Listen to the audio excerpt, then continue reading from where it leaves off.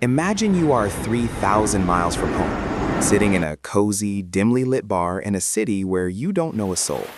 The air smells like rain and expensive gin. You've been traveling solo for a week, and the silence of your hotel room has started to feel a bit too heavy.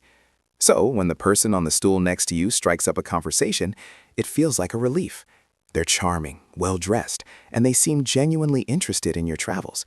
They ask about your day, your favorite sights, and then the question comes out as naturally as a breath. So, where are you staying? It's a standard icebreaker, right?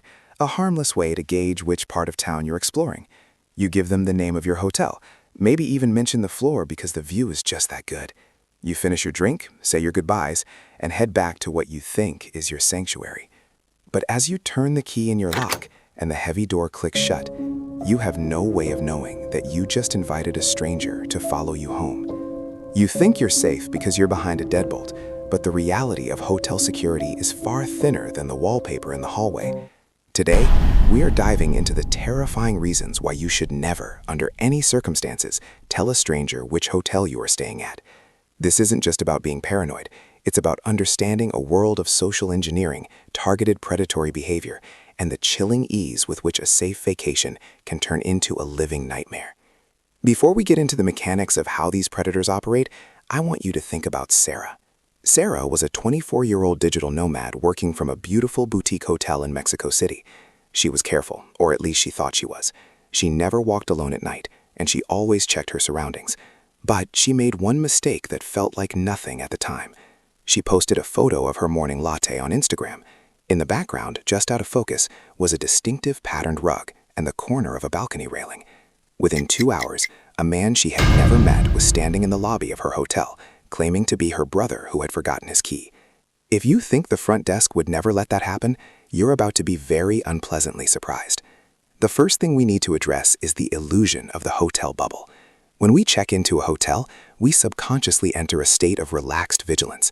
We see the uniformed staff, the polished marble floors, and the security cameras, and we assume we are in a fortress.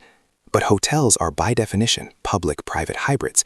They are designed to be welcoming and accessible. A predator doesn't need to pick a lock to get to you. They just need to exploit the hospitality of the environment. Think about the most common way this happens, the casual conversation. Professional predators are masters of the slow build. They don't look like villains in a movie. They look like fellow tourists, business travelers, or friendly locals. They use a technique called forced rapport. They share a small, seemingly personal detail about themselves to trigger a psychological response in you to reciprocate.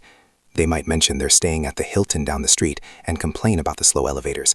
Naturally, you feel the urge to chime in and say, "Oh, I'm at the Marriott, and our elevators are great, but the breakfast is terrible." In that one sentence, you've given them your location. You've handed over the keys to your safety for the sake of polite conversation. Once a motivated individual has the name of your hotel, the rest is disturbingly easy. They don't even need to follow you. If they know your name from a credit card slip at the bar or just by overhearing it, they can call the hotel and use a variety of social engineering tactics. They might call the front desk and say, "Hi, this is Mark. I'm staying in room 412. My wife Sarah is coming in later. Could you remind me what name the reservation is under?" Or even simpler, they can wait in the lobby. Most hotel elevators require a key card to reach guest floors, but it is incredibly easy to tail a group of people into an elevator. People are polite. They hold the door open. They don't ask to see your key card. Once they are on your floor, they only need to watch which door you enter. Now, you might be thinking, I'd notice if someone was following me to my room. But would you? Think about how often you're looking at your phone as you walk down a hotel hallway. Think about how focused you are on just getting inside and taking off your shoes. The hallway of a hotel is a transition zone where our brains tend to switch off. We feel like we've already arrived at our destination, so we stop scanning for threats. This is exactly where the danger peaks. Let's talk about the midnight phone call scam, which is one of the most effective and terrifying ways predators use your hotel information against you. Imagine it's 2 a.m. You're fast asleep when the bedside phone rings. You're disoriented. Your heart is racing. A voice on the other end says, "Good evening, this is the front desk. We're so sorry to bother you, but our internal system has crashed and we've lost your payment information. To avoid an automatic lockout in the morning, we just need to re-verify your credit card number." Because you're tired and caught off guard, you might just read the numbers out. But the person on the other end isn't at the front desk.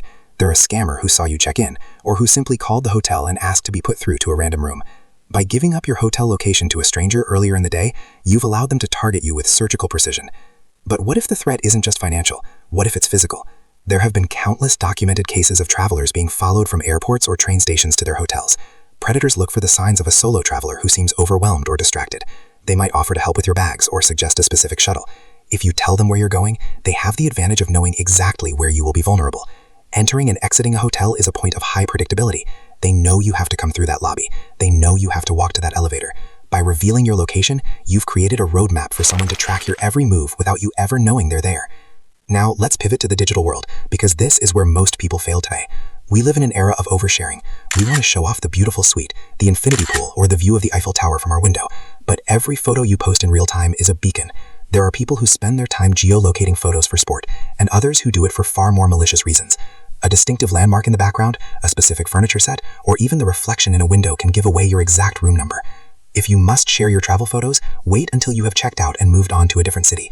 The dopamine hit of a few likes is never worth the risk of a stranger knowing exactly where you're sleeping tonight.